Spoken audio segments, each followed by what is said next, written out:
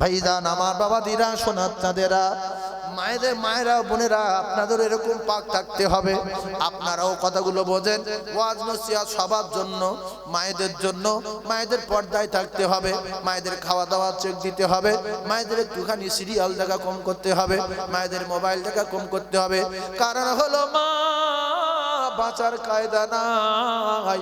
আমার আল্লাহ জানেন রে বান্দা, তুই কোথায় যাবি, কোথায় গিয়ে অন্যায় করবি। আমি রাতের বেলা যেরকম দেখতে পাই, আমি দিনের বেলা সেরকম দেখতে পাই, সকালবেলা যেরকম দেখতে পাই, আমি সন্ধ্যাবেলা সেরকম দেখতে পাই, কুয়াশায় যেরকম দেখতে পাই, আমি সুন্দর ওদারে যেরকম সেরকম দেখতে পাই, সাগরের তলায় যেরকম দেখতে পাই, সাগরের উপরে সেরকম দেখতে পাই।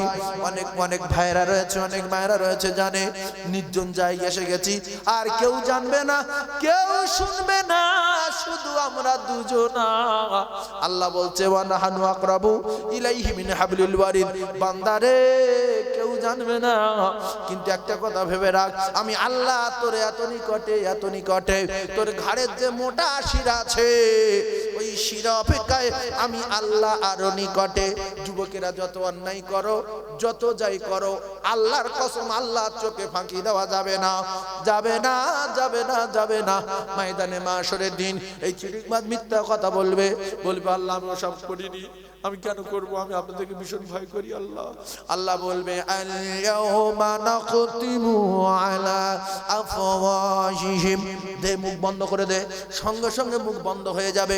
ওয়া তুকাল্লিমুনা আইদিহিম, আল্লাহ বলবে হাত দিয়ে এবার কথা বল, সঙ্গে সঙ্গে হাত বলবে আল্লাহ আমি পুরো এ টু জেড শুরু থেকে নিয়ে মৃত্যু পর্যন্ত যা সব বলছি, সব বলার পরে আল্লাহ বলবে ওয়া তুকাল্লিমুনা আইদিহিম ওয়া তাশহাদু আরজুলুহুম, আল্লাহ পার বলবে তুই এবার কথা বল। ফাঁকি দেবেন কোন কায়দা আছে? আছে? কোথায় যাবে? দিঘায়?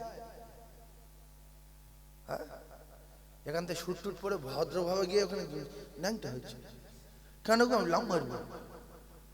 ইস, একটুকুনি একটা জাইয়া পড়েছে, মানে কোন রকম। আগেকার জাইয়া পড়লে তো মানা, এখন ওটা জাইয়া উঠেছে কোন রকম। ওই পরে ঝাঁপ দিচ্ছে নদীতে, যদি পাথরে মাথা ঢুকে, আর যদি মাছে খায়, সাপে কাটে, বা কোনো জায়গায় ঠোকর লাগে, এর যদি মৃত্যু হয়, হারাম ভাবে মরে।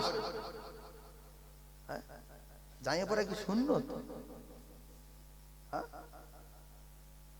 হাঁটুর থেকে আর এই নাভি পর্যন্ত এটা ঢেকে রাখা ফরজ। আমার যদি গোসল করার দরকার হয়, একটু নদীতে গোসল করি, একটা পাথরের উপর বসে আদবের সঙ্গে হাঁটি কাপড় রেখে গামছা গায়ে দিয়ে আদবের সঙ্গে নদীর পানিতে গোসল করি। বেড়াতে গিয়েছি, ভালো, আল্লাহ বেড়াতে যেতে বলেছে, সব জায়গায় দেখতে বলেছে, দুনিয়া ঘুরে ঘুরে দেখতে বলেছে, ভালো জিনিস। তুমি যাইয়ে পাচ্ছ কেন? ও দেখতে ওরা যাইয়ে পড়ছে, আমি যে যাই না পড়ি লোক খারাপ লাগবে। ওরা ন্যাংটা হচ্ছে, আমি ন্যাংটা হয় না, হয় না। একদল লোক জাইয়ে পরে বসে আছে, এ জাইয়ে পরে ওদের দেখছে, দেখছে। ছি ছি ছি ছি ছি, এগুলো এগুলো এগুলো কি মোমেনদের কাজ বলে? অল্প মুসলমান ছিল, কথা বোঝার চেষ্টা করুন, তারা নামাজ পড়তো, সেই মুসলমানের নামগুলো হলো সাহাবা। অল্প মুসলমান 313 জন, তারা নামাজ পড়তেন। আর যখন শত্রুদের চাপ দেখেছে, হাদিস পাক এসেছে, আল্লাহু আকবার বলে আল্লাহকে ডেকেছে, সঙ্গে সঙ্গে বদরের ময়দানে আল্লাহ পাক সেনাপতি হিসাবে ফেরেশতা পাঠিয়ে দিয়েছিলেন। বলুন সুবহানাল্লাহ, আরো জোরে বলুন সুবহানাল্লাহ। আমরা নাপাক মানুষ, নামাজ পড়ি না, বেনামাজি, আমাদের যখন মারবে, আমরা যদি আল্লাহ আল্লাহ বলে চিল্লাই, আল্লাহ কি আমাদের কথা শুনবে? ঠেলায় পড়ে চিল্লালে শুনবে? সেজন্য যদি বাঁচতে চান, তাহলে আজ থেকে শপথ করুন 5 ওয়াক্ত নামাজি হয়ে যান। আজ থেকে শপথ করুন 5 ওয়াক্ত নামাজি হয়ে যান। সোনার চাঁদের আল্লাহ নবী দিন ও দুনিয়ার বাদশাহ একটা সুন্নত যদি জিন্দা করতে পারে, একটা সুন্নতের এত পাওয়ার, তাম পৃথিবীর জমিনে সমস্ত কাফেরদের কলিজা চমকে দিতে পারে। যুদ্ধের ময়দানে 2-3 দিন ধরে যুদ্ধ হচ্ছে, সাহাবারা দেখছে ভাব খারাপ, কেউ হারে না কেউ জেতে না। বলছে একটা নবীর সুন্নাত জিন্দা করি। হাদিস পাকের ভিতরে এসেছে নিম গাছের ডাল ভেঙে এরকম বড় বড় লাঠি করে আর ভালো করে দাঁত মাজছে, দাঁত মেজে আসলে নামাজ পড়বে। ওরা দেখছে কয়েকদিন যুদ্ধ হচ্ছে, কোনো ফলাফল দেখা যাচ্ছে না। কাফেররা দেখছে সবাই দাঁতে ধাপ দিচ্ছে, এইবার আমাদের চিবিয়ে খাবে। কেতাবের ভিতরে এসেছে দাঁতে শান দিয়ে সুন্নত আদায় করে নামাজ পড়ে দেখছে কাফেরের দল সাফ হয়ে গেছে, ভয়ে ভীত সন্তুষ্ট পালিয়েছে। মারামারি করতে হয়নি, যুদ্ধ করতে হয়নি, শুধু একটু মেসওয়াক করেছে। অনেক লোক আছে দাঁত মাজে না বছরের পর বছর, শুধু আঙুল দিয়ে ঘষে লাই, গালে পানি দিয়ে। রাসূল বলেছে দাঁত মাজো, দিনে 5 বার দাঁত মাজো, দাঁত মজবুত হবে, গ্যাসের রোগ হবে না, কলজে পাথর পড়বে না, দাঁতে পাথর পড়বে না, তোমার অকাল মৃত্যু হবে না। এরকম লোক আছে না নাই? তাহলে 5 বার যদি মসজিদে যাই আর নামাজের আগে যদি পকেটে মেসওয়াক থাকবে, এপারে 2 বার এপারে 2 বার, 4 বার মেনে নিলাম। চলো মুখ দিয়ে একটা বাস সুগন্ধি আসবে আর নিমের দাঁতনে আপনার দাঁতের কঠিন কঠিন রোগ দূর হয়ে যাবে। আমরা তো মানি না। ভাইজান আমার, বাবা দিদা, সোনার চাঁদেরা, একটু বোঝার চেষ্টা করুন গজব কেন আসছে, কেন গজব আসবে আমাদের উপরে? আমাদের তো আল্লাহ রয়েছে। গজব আসার একটাই কারণ হলো আমরা মালিককে ভুলে গিয়েছি, আমরা আমাদের আল্লাহকে ভুলে গিয়েছি, আমরা আমাদের রবকে ভুলে গিয়েছি, আমরা রসুলকে ভুলে গিয়েছি। ভাইরা আমার, বাবাজিরা, আল্লাহর নবী দিন ও দুনিয়ার বাদশা বিশ্ব নবী হাবিবুল্লাহ আকায়ে নামদার তাজদারে মদিনার সাহাবারা তারা এত ইবাদত করতেন, এত ইবাদত করতেন, একের পর এক দেখা যায় স্বয়ং বিশ্ব নবী দো জাহানের বাদশা আকায়ে নামদার তাজদারে মদিনা পেটে পাথর বেঁধেছে না বাঁধেনি? নবী পেটে পাথর বেঁধেছে না বাঁধেনি? হাজার হাজার বার শুনেছেন। তাহলে আপনারা কি ভাবেন না দো জাহানের বাদশার পেটে পাথর খাতুনে জান্নাতের খাওয়া হয় না? জান্নাতের সরদারিনী যিনি হবেন হাসান হোসাইনের খাওয়া হয় না? জান্নাতের যুবকদের সরদার যে দুটো ভাই হবে। ভাইজান আমার, বাবাদিরা, আর আজকের আমরা মুসলমানের ঘরে জন্ম নিয়ে খাওয়ার জ্বালায় নিজের গিন্নিগুলো পরপুরুষের কাছে ব্যবসা করতে দিচ্ছি, আছে না নাই? যারে বলে তাহলে আমরা বাঁচবো?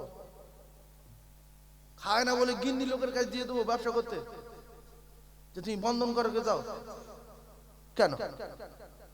মাটি কাটবো, ভ্যান চালাবো, না হয় ভিক করবো। ভিক করা তো যায়। আমার রোগ ব্যাধি হয়েছে, আমার কঠিন সমস্যা, আমি কাজ কাম করতে পারি না, আমার মাথার রোগ, শরীরের রোগ, কোটুলি এক জায়গায় বসে যাও, মোড়ে মাথা ভ্যানে উঠে ঘটে বসে যাও, কেউ চৌমাথা বসে পড়ো। আল্লাহ বলছো আম্মা সাইলা ফালা তানহার, তোমরা ভিক দেবে, বড় ছোট কথা বলবে না। রসুল বলছে সখী হাবিবুল্লাহ, যারা দেবে আমার আল্লাহর দোস্ত হবে। তাহলে জান্নাতে যাওয়ার জন্য ভিক করে সুদ খেয়ে জাহান্নামে যাওয়ার চেয়ে ভিক্ষা করে খেয়ে আল্লাহর জান্নাতে যাওয়া ভালো। কি অবস্থা দুনিয়া, কি অবস্থা! 100-র ভিতরে 90টা মেয়ে বন্ধন করছে, আছে না নাই? জোরে বলে। আচ্ছা, বন্ধনের লেনদেন ছেড়ে দেন, বন্ধন পুরো জায়েজ করে দিলাম আমি, টাকাটা বন্ধনের পুরো জায়েজ করে দিলাম আমি, আপনাদের বন্ধন জায়েজ করে দিয়েছি। শোনেন, 1 মিনিট শোনেন, বন্ধনটা জায়েজ করে দিলাম। আপনি বলেন আপনার স্ত্রী সপ্তাহে সপ্তাহে একটা পরপুরুষের সঙ্গে গিয়ে কথাবার্তা বলবে, এটা কি জায়েজ? বন্ধন জায়েজ, সব পুরো টাকা পয়সা যা যেখানে তো সব জায়েজ। সে স্যার আসবে, পেলাম কত, এর পেলাম কত, এরা জানে মুসলমান অজ্ঞ বেশি, মূর্খ বেশি, লুবি বেশি, এদের টাকার দরকার বেশি, এরা কিচ্ছু বুঝবে না, টাকা দিলে সব ভুলে যাবে বলে টাকার লোক টোক দেখিয়ে গ্রামে ঢুকে 15-16টা করে মেয়ে এক জায়গায় করে তাদের বুঝিয়ে এইবারে দেখছে সবচেয়ে ভালো মেয়ে কোনটা 15টার ভিতরে, এইটা ইরিটেট করতে। ওই 15টা মেয়ের ভিতরে যে সবচেয়ে দেখতে শুনতে ভালো, গঠন ভালো, কালার ভালো, তারই লিডার বানাবে। ভেনি বললে কলকাতা যাবে, সেই হাওড়া জেলায় যাবে, উপরতে অফিসার আসছে, মিটিং করতে হবে, অফিসার উপরতে আসছে। হ্যাঁ, ওর কাছে জিজ্ঞেস করলে কোথায় যাচ্ছে, ভাবি না উপর তো অফিসাররা আসছে উপর থেকে। হ্যাঁ শোনেন, আমি শুধু টাচ দিচ্ছি, এগুলো কিয়ামতের আলামত আর গজবের নমুনা। যদি বলেন কেন, আজ থেকে বাপ আদম আলাইহিস সালাম থেকে নিয়ে শুরু করে আজ থেকে 20 বছর 15 বছর পূর্ব পর্যন্ত গিয়ে দেখেন, আমার আপনার বাপ দাদু দাদি এরা বন্ধন করেছিল, বন্ধন বুঝতো, কোন পরফিরের কাছে কি গল্প করতো? হ্যাঁ, আজকের কি হলো? মায়েরা বা স্বামীদের বোঝাচ্ছে, তাহলে আমাদের ছেলে মেয়ের ভবিষ্যৎ করব না? আল্লাহর কসম, মা পৃথিবীর কোন বাবা তার ছেলে মেয়ের ভবিষ্যৎ না। ভবিষ্যতের মালিক আল্লাহ। ভবিষ্যতের মালিক কে? তুমি বাপ আগে মরবে না তোমার ছেলে আগে মরবে, তুমি জানো? তোমার জ্ঞান আছে? কে আগে মরবে, বাপ না ছেলে? জানে কে? আল্লাহ জানে। তাহলে আমি কি করে বলি? এ ছাড়া দুটাটা মানে ভাবি তার বোঝায়, স্বামীর বোঝায়, যাই দেখো এই হুজুর তো ওয়াজ করে গেল বন্ধন করা যাবে না, তা তোমার যদি কোন রোগ হয় তার 2 লাখ টাকা দরকার, কে দেবে? হুজুর দেবে? গ্রামের লোক দেবে? ভিক করলি পাবে? হ্যাঁ, একটা কাজে জুড়ে থাকলে তো ছাট করে 10টা মেয়ে সই করলি, টাকা বিদ্যুৎ করতে তুললে আইব। এ মাথা মাথা বলছে, ঠিক বলেছে। তাহলে ওই ভাবিটার পৃথিবী কারোর সঙ্গে জিজ্ঞাসা না করে 2 লাখ টাকা স্বামীর ক্যান্সার হলে কোথায় পাবে, ছেলের স্ট্রোক হলে কোথায় পাবে, 2 লাখ টাকা কোথায় পাবে? ওই ভাবি তার বাপের জিজ্ঞাসা করুক, তার বাপ 2 লাখ টাকা কোথায় পেত? তার বাপের আমলে কারোর হতো 20 টাকা, কারোর হতো 30 টাকা, 40 টাকার 45টা ছেলে মেয়ে। তাহলে তাদের আমলে বন্ধন ছিল না, সুদ ছিল না, গ্রুপ ছিল না। তাহলে ওই ভাবির বাপ টাকা কোথায় পেত? বাপের জিজ্ঞাসা করলে সঠিক উত্তরটা পেয়ে যাবে। কথা ঠিক না বলবো? চালাকি দেখেছো? হারাম খাবে? আল্লাহ বলছে, কুলিল্লাহুম্মা মালিকাল মুলকি তুতিল মুলকা মান তাশা ওয়া তানজিউল মুলকা মিম্মান তাশা ওয়া তুইজ্জু মান তাশা ওয়া তুযিল্লু মান তাশা। আল্লাহর রাস্তে আমি কোরআন শরীফ বলবো, বানানো কথা বলবো না। আল্লাহ বলছে, আমি সমস্ত মাল এবং মুলকের মালিক। আমি আল্লাহ যে ইচ্ছা করি আমার কুদরতি খাজানা থেকে আমি আল্লাহ তার মাল দেই। হারাম খোরের ইবাদত আল্লাহর দরবারে যাবে না। বিশ্ব নবী হারাম খায়নি, না খেয়েছিল। মা ফাতিমা হারাম খায়নি, না খেয়েছিল। মা খাদিজা হারাম খায়নি, না খেয়েছিল। মা আয়েশা হারাম খায়নি, না খেয়েছিল। হাসান হোসেন হারাম খায়নি, না খেয়েছিল। সাহাবায়ে কেরাম হারাম খায়নি, না খেয়েছিল বলে আল্লাহ পাক তাদের জান্নাতের টিকিট দুনিয়া পাঠিয়ে দিয়েছিল। জোরে বলুন। পেটে কামড় ঢুকেছে, কামড়। এই কামড় বোঝেন আপনারা? কামড় নাম শুনেছেন? কামড় কি করে বলেন? বাবাজি ভাই, বাবাজি বলছে যে নদী থাকে কামড়ায়। আমরা বহু কামড় দেখেছি, আমাদের নদীর গায়ে বাড়ি। কোনদিন যাবেন আমাদের বাড়ি, দেখবেন নদীর গায়ে বাড়ি। তো কামড় ওই নদী যারা নামে না, এই মোটা মোটা উড়োত, এর মোটা মোটা উড়োত টুক করে কামড়াবে। মোটামুটি খুর বলি পৃথিবীর যত ধারলা যন্ত্র আছে, কাটতে যতক্ষণ না সময় লাগে, 1 সেকেন্ডের ভিতরে এখান থেকে কেটে নেবে। হাক করে ধরবে, টুক করে কেটে নিয়ে চলে যাবে, গিলে নেবে, সেকেন্ডেই কেটে নেবে। এদের বলে কামড়। কি বলে? কামড়। তো মুসলমান এখন এরকম কামড়ের মতো হয়ে গেছে, যা দেবে লিয়া হুজুর লিয়া।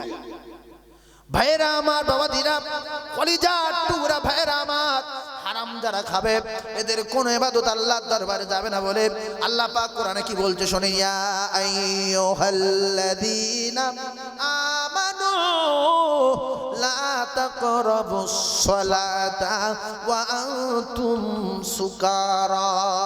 আমার মায়েরা বোনের একটু বোঝেন, আল্লাহ বলছে মুমিনেরা খবরদার তোরা নামাজের ধারে বাড়ি যাবি না। তোদের মতো মানুষের নামাজের দরকার নাই, আমি আল্লাহ তোদের নিষেধ করছি নামাজের ধারে বাড়ি যাবি না।